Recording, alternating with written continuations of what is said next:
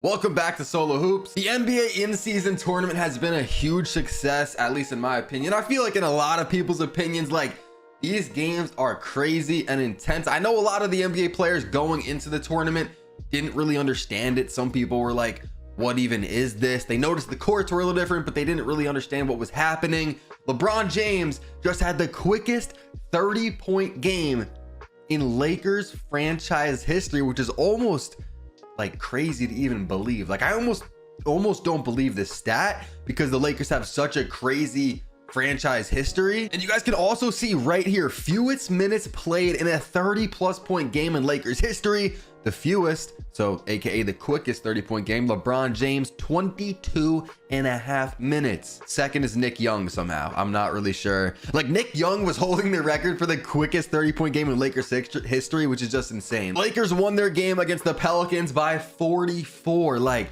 I thought they were gonna win. I thought the refs were gonna be on their side, but they didn't even need the extra help, bro. Like they blew out the Pelicans. LeBron, as you guys can see, 30 points. By the way, he turns 39 at the end of this month, and he still looks like he's in his prime. Like he really hasn't lost a step. I almost feel like he can kind of turn it on whenever he wants. Like he doesn't go 100% every single play. Sometimes he'll just kind of chill, let like Austin Reeves run the offense or give the ball to AD. But whenever he needs to, or whenever, you know, the team needs to get a bucket, like he can turn it on and look like prime Brown at pretty much any moment. LeBron with 30 points, 5 boards and 8 assists. Now this is a stat line that like is a really good stat line, and you'd expect him to have played like, oh, 36 minutes. Maybe he played 40 minutes.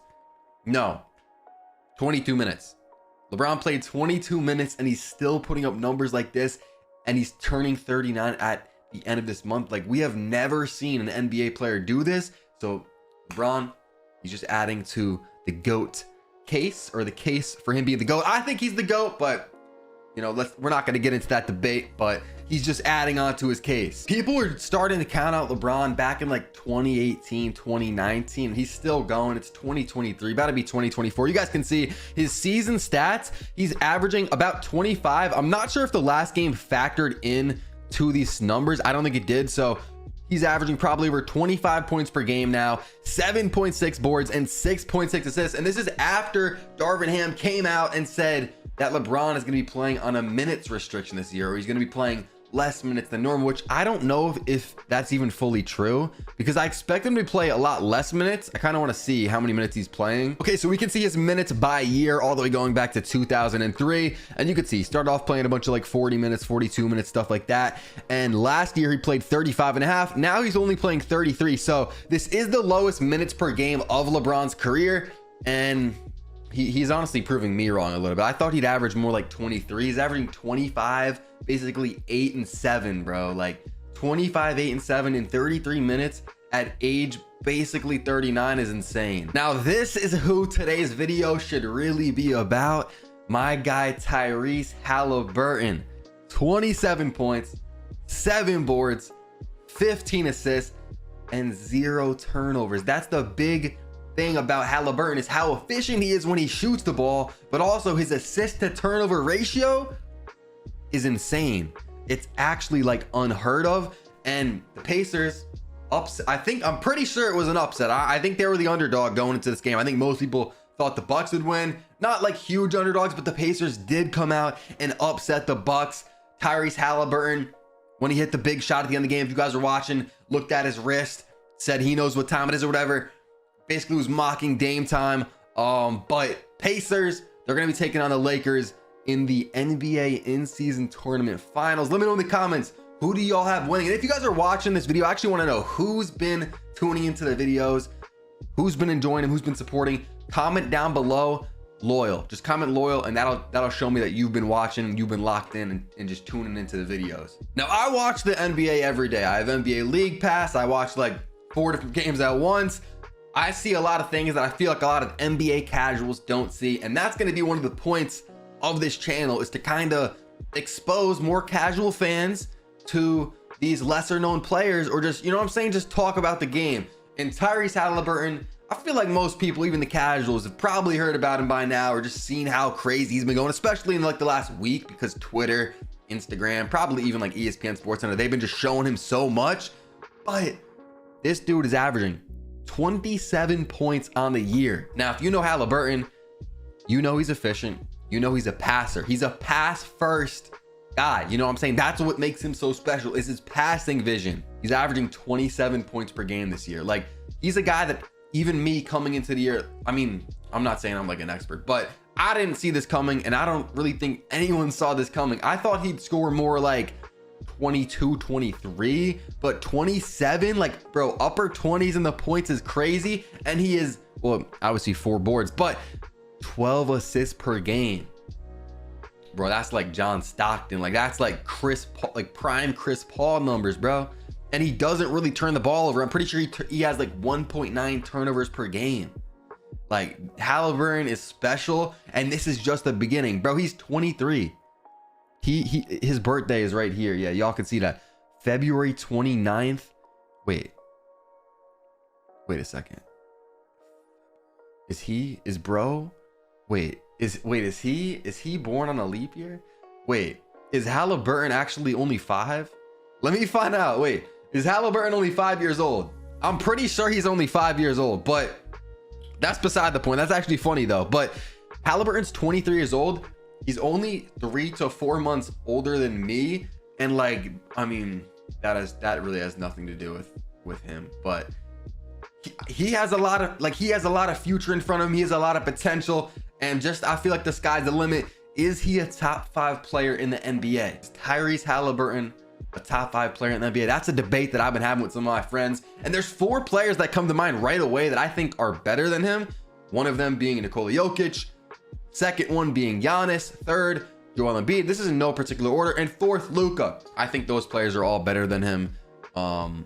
Even right now, they're kind of better than him. Like, even if we're not going off recency bias, but then even I think you could say Steph Curry's better than Haliburton, and there's a few other players, but that's 5 that I think are better than him. But Haliburton's in that mix. Like, if you wanted to say he's better than Curry right now, you probably could. I wouldn't do it. Y'all know I'm a Warriors fan too, but bro, Haliburton, I say he's top 10. He's top 10 right now, and it's going to be interesting to see if he makes an all-NBA first team this year, or, you know, if he's an all-star starter. Like, I just want to see what happens when that time comes, when people start voting for different things. That's something that I love about the NBA, is that everything, like the history of the game, and I mean, this goes for any sport, but I don't know, I really feel like I really am more interested in it with basketball, is how like history is being written every single game that the players go out there. You never know what's going to happen. Like, someone could go for 80, someone could have, you know what I'm saying? Stuff like that, especially in the playoffs. Like, legacies are really like, I'm going off topic, but you guys get what I'm saying. Now, something that I like to do, and especially if you watched last video, you probably saw me do this with, I think I did it with the Mavericks. And I'm going to start to do this with a lot of teams, is kind of break down the team, see how they can get better, and just kind of analyze, like, how is this team doing? Now, you got Haliburton, you got Miles Turner. Those guys are doing great. Miles Turner's probably not an all-star, but maybe if he starts playing a little bit better, just a little bit. He's kind of in the range of it. But Haliburton, all NBA player. Turner, solid. After that, they have a lot of solid pieces. Like, they have a lot of just like okay guys, and they have a lot of, like, in my opinion, kind of like the same types of players. Like, obviously they all have their differences, but Buddy Hield, Mathurin, Bruce Brown, you could even say Naismith a little bit. Those are like 4 players that to me are all like those like 6th man type, like just put him in the game when your star comes out and let him get a bucket. Like, I don't know if they need that many of those types, like that archetype of player. And then they got Obi Toppin, of course. They got TJ McConnell, who, by the way, plays great minutes when he does get them. Sometimes he'll go like a week without playing, or maybe even 2 weeks. I don't think it's been 2 weeks, but you know, you'll see him miss like 3-4 games in a row just cause they'll run Haliburton and then they'll play Andrew Nembhard with the backup point guard minutes. But TJ McConnell, when he does get in the game, he hustles and he puts up numbers. So I'd like to see him get more minutes, but it's tough. It's just tough with their whole situation. Obviously, you want to see Haliburton get as many minutes as you can, but TJ McConnell's been great. However, I think that this team lacks another I'm not going to say star because it doesn't have to be that, but let's take the Bucks, for example, with when they had Giannis and Drew, that third piece, like a Chris Middleton. Or if you want to say Chris was the two, Drew Holiday as that third piece. I think they're kind of missing that third piece. They got Haliburton, they got Turner. I think they need a forward. Now, I don't know if they're going to make a move, soon come the trade deadline, but I know the perfect guy that would fit the Indiana Pacers moving forward. And that guy is Pacers legend, Paul George, who's averaging about 24 points per game this year, 6 rebounds per game, and 4 assists per game. Now, I'm not saying they have to go out and trade for him at the deadline. The Pacers might be one of those teams that is just really trending in the right direction, but might get bounced in the first round of the playoffs. That's probably what will happen if we're being realistic. Maybe the second round. They got a chance to go all the way, but you get what I'm saying. Like, they're just trending in the right direction, and then they need to have a good offseason, pick up a piece or two, and then go for it. Paul George has a player option going to this next year, so basically he could return to the Clippers, but it's going to be up to him. If he wants to go to free agency, if he wants to go back to Indiana, I'm not sure if the salaries really match up for this. I didn't really look into that too deep. I'm sure the Pacers could make it work though. But Paul George is going to be 34 years old next year. He still has, I'm not going to say his prime because he's not really in his prime, but he still has like stuff left in the tank. And I think Paul George is that perfect wing, that perfect forward to put alongside Haliburton, Turner, and then just the rest of those guys. Whether you want to mix in, Obi Toppin, Buddy Hield, Bruce Brown, Paul George is the perfect guy. Now, I don't really think, look, I'm a big Paul George fan. I have been since he was going crazy back in the Pacers. I used to have a little jersey shirt I used to wear when he was number 24 back in like 2013. But I watch his podcast a lot, and the vibe I get, and this goes for a lot of people that are out in LA or even some of these big cities like Miami, New York, you get the vibe a little bit, maybe not as much New York, but LA, like these stars, when they go to LA, it kind of seems like they don't really want to leave. And the Clippers are in a spot where they're not terrible. They got Harden, Westbrook, you got Kawhi, and they're just not terrible. If I had to, make a prediction, I think Paul George probably stays with the Clippers, and this is just a long shot reach, but Paul George returning to the Pacers, like, y'all can't tell me that doesn't make sense. That makes perfect sense. That's the perfect fit. That's literally, I don't think you could name a more perfect player to put alongside Haliburton and Turner in this Pacers team. Like, because obviously they need a forward, they need a wing. Who are you gonna pick? One of the best forwards right now, one of the best wings is probably Jason Tatum, but he demands the ball a lot more than Paul George. Haliburton, like, the Pacers offense is great with Haliburton really running the show, and I think Paul George would be cool with that. He's gonna knock down his shots, be a great 3-and-D guy. I don't know. I think that's something that the Pacers should really look into. Back on the topic of the NBA in-season tournament, we didn't really talk a lot about the Pelicans because, to be honest, they just played bad. I mean, we don't really got to talk about it. Someone that I love watching, and I mentioned it earlier in my last video, is Herb Jones. He just plays great defense. Not so much last night against the Lakers. He was on LeBron for some of that, but we're kind of going to skip past the Pelicans for this video. But speaking about the Bucks, Giannis really went off. He tried his best. Y'all can see right here, 37 points, 10 boards, 2 assists. Like, he's MVP caliber, and the Pacers just outplayed him. The Pacers are red hot right now. There's really not much more Giannis could have done. What do you want him to do? Score 50? Like, that's a lot to ask from him. 37-10, solid game. The other superstar in Milwaukee is obviously Damian Lillard. He had a 24-7-7 game. And okay, so the Bucks, I thought they were kind of figuring it out, and they are figuring it out, but it's like an every other game type thing. This is obviously a solid game, but like, Dame he's not fully playing like Dame. I was talking to someone, I was like, bro, doesn't it seem like Lillard's not really playing like Lillard on the Bucks? And they were like, yeah, that's because he's not the number one option anymore. And that's true. Obviously, you got to let Giannis go crazy, but I just feel like the chemistry is not fully there yet. It's been what, a month and a half now, and I think they got 4 months. They're gonna figure it out.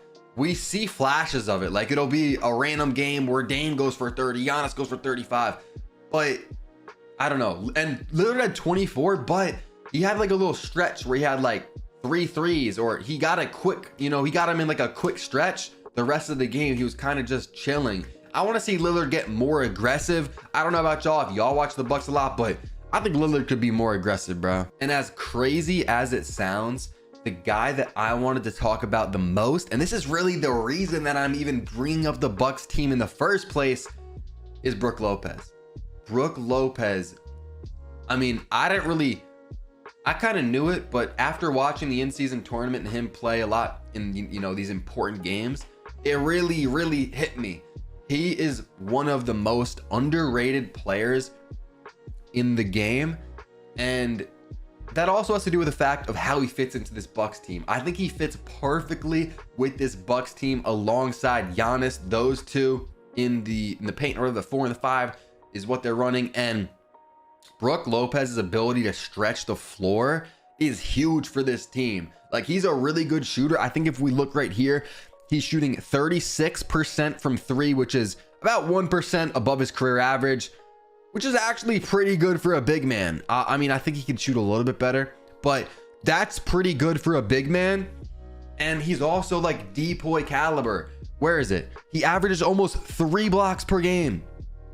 And he actually had 4 blocks against the Pacers. So I don't even think that's factored into this yet. He's pretty much averaging 3 blocks per game, a steal per game, while grabbing boards, scoring 14 points a night or whatever, and just stretching the floor. Brook Lopez is a perfect fit for this team, and I just thought I should mention it. This channel is a complete work in progress. This is literally only episode 3. Ever since the first episode, I was just doing this the whole time. I wasn't popping up graphics. I wasn't popping up tweets or stats. So by episode 2, we started adding that in.